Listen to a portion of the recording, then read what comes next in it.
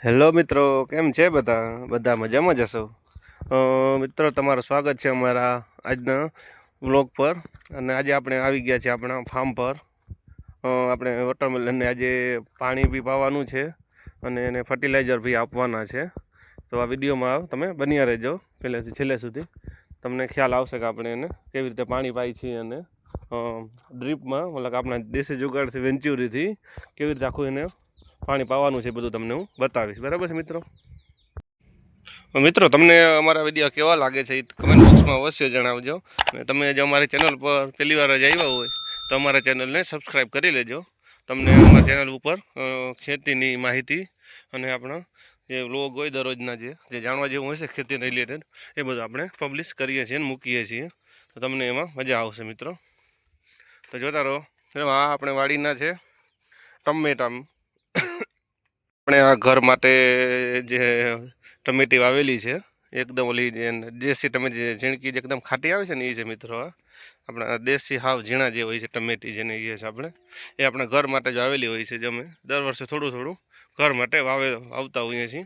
જો તમને બતાવું એક કે આ ટમેટી વાવેલી છે મિત્રો, ઝીણી ટમેટી. આ ટમેટી વાવેલી છે આની અંદર, તમે જોઈ શકો છો એ રીતે.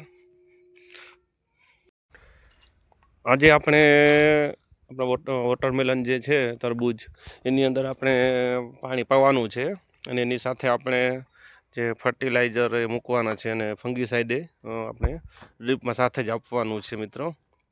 એટલે તમે મારા વિડીયોમાં જોડાયેલા રહેજો મિત્રો. આજે આપણે તરબૂજમાં જે હું પીએચ સાથે જે મતલબ કે બધું જે ફર્ટિલાઇઝર જે આપવાનો છું એ અને બધું એના વિશે તમને માહિતી આપવાનો છું આ વિડીયોમાં.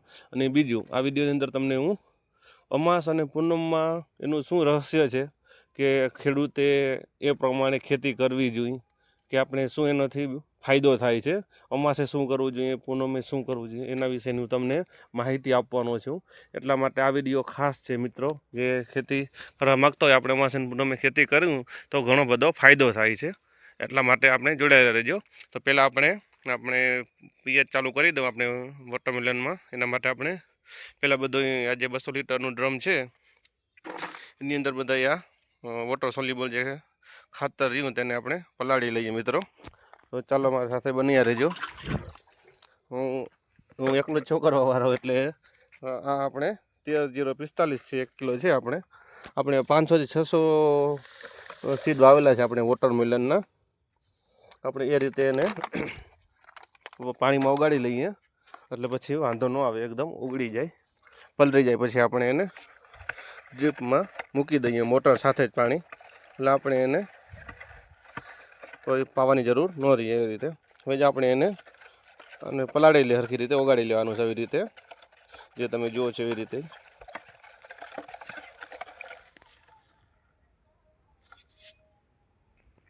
તો આ રીતે આપણે 5 મિનિટ આપણે આ જે ફર્ટિલાઇઝર હતું એને ઓગાળી લીધું છે. એને ઓગળી જાય પછી આપણે એને આ ડ્રમમાં નાખી દઈશું. સાથે આપણે આ ટ્રાયકોડર્મા વિરડી છે મિત્રો, આપણે આ બી 500 ml નાખીશું આપણે, બરાબર છે.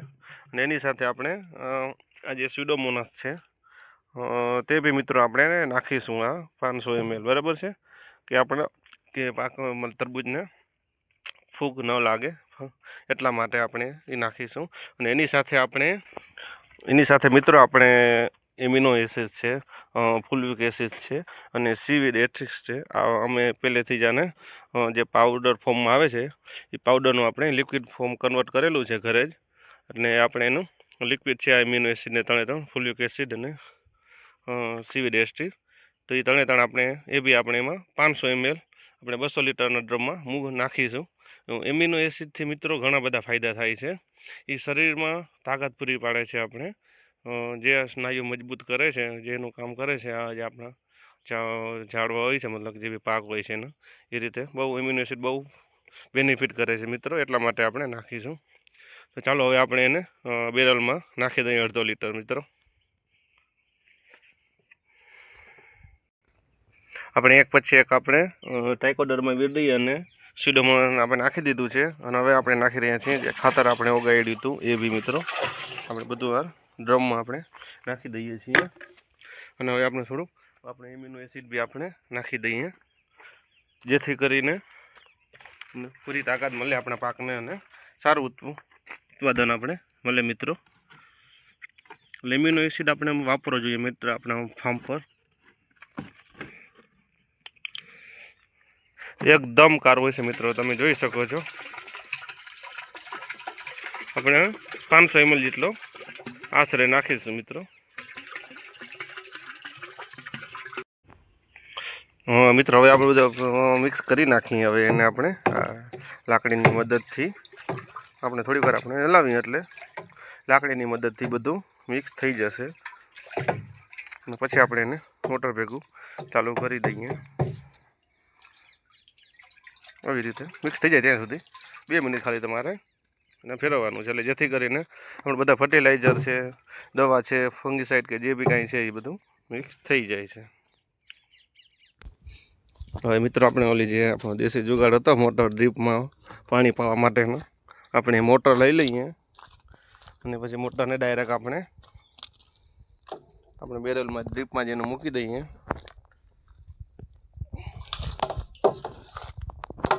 બરાબર છે, આપણે જે એનું મોટર મૂકી દીધું છે. હવે આપણે એને આખું અહીંયા ડ્રીપમાં બાંધી લઈએ એટલે પછી ડાયરેક્ટ એ ચાલુ થઈ જશે. આપણે હવે એનું કનેક્શન આપણે એનું કરી લઈએ મિત્રો.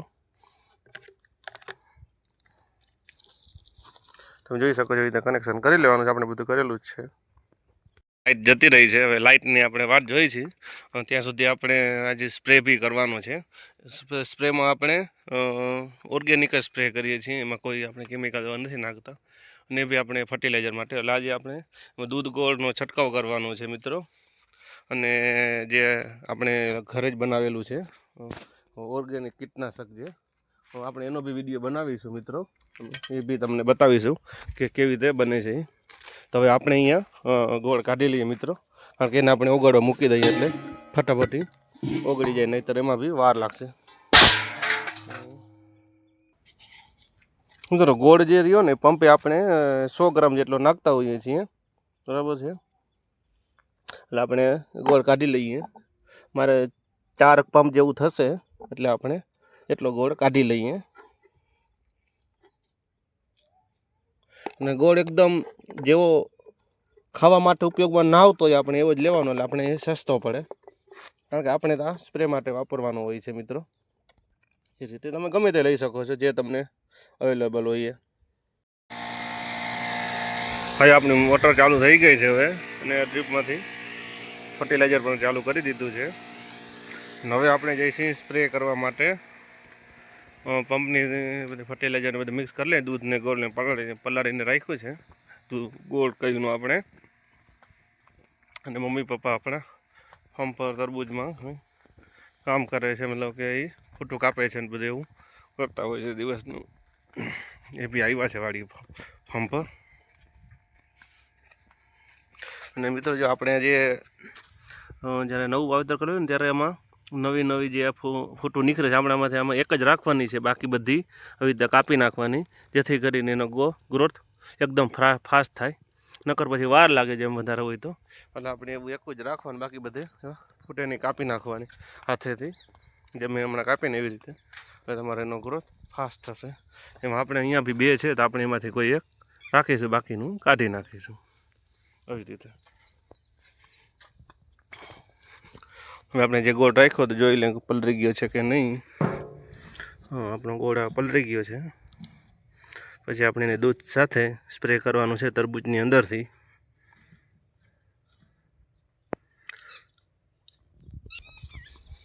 એમાં ફૂટુમાં જોઈ કાપી રહ્યા છે તરબૂચની અંદરથી. આપણે પાણી ડ્રીપમાં ચાલુ કરી દીધું છે.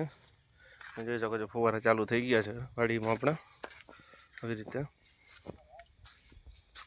જોઈ શકો.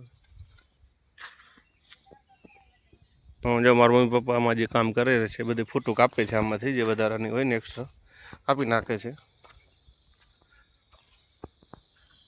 હવે આપણે સ્પ્રે કરી લઈએ. આપણે પંપ નહીં લઈ આવ્યા છે અહીંયા ત્યાં બધું વાળીએ. હવે આપણે તમને દૂધ ને ગોળ જે છાંટવાનું છે તરબૂચમાં.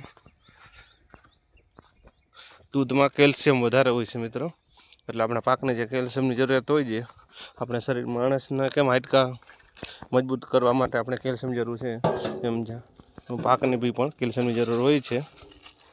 હવે આપણે આ દૂધને લીટર એક લઈ આવ્યા હતા, જે આપણે 4 પંપમાં છાંટવાનું છે તે, અને આપણે ગાયનું દૂધ જ વાપરીએ છીએ મિત્રો.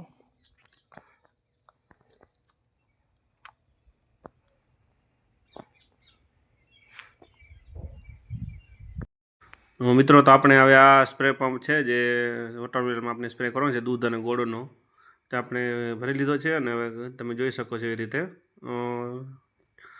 સ્પ્રે કરતા રહીએ છીએ. આપણે આખા ફાર્મમાં આવી રીતે સ્પ્રે કરવાનો છે, બરાબર છે. તમે જોતા રહેજો. જે દૂધ અને ગોળ છે આપણે મિત્રો, આજે આપણે 4 થી 5 પંપ છાંટવાના છે આખા ફાર્મમાં વોટરમેલન જે છે ને એમાં. કારણ કે એમાં કોઈ દૂધ ગોળ છાંટીએ ને તો ફ્લાવરિંગ વધારે આવે અને ફ્લાવરિંગ ખરે નહીં, કારણ કે કેલ્શિયમ એમાં વધારે હોય છે દૂધની અંદર ગોળને. એની હિસાબે આપણે દૂધ ગોળનો છંટકાવ કરીએ છીએ, અને વધારે જે ફૂલનું પરાગનયન વધારે થાય એટલા માટે આપણે દૂધ ગોળ છાંટીએ છીએ, અને દરેક વ્યક્તિએ છાંટવો જોઈએ મિત્રો. ચાલો મિત્રો, તો હવે આપણે આજના વિડીયોને અહીંયા જ એન્ડ કરીએ છીએ. હવે આ પાણી ભરી લઈએ આપણે, પાછું જે ડ્રીપમાં કર્યું હતું ચાલુ એ પાછું ભરાઈ જાય એટલે આવતી ખેરે પાછું કામ આવે. અત્યારે હવે આપણે હવે ઘરે જઈએ છીએ પાછા ફાર્મથી બધું કામ પૂરું કરીને, બરાબર છે મિત્રો. હવે આ વિડીયો તમને કેવો લાગ્યો છે એ કોમેન્ટ બોક્સમાં જણાવજો. ત્યાં સુધી જય જવાન, જય કિસાન.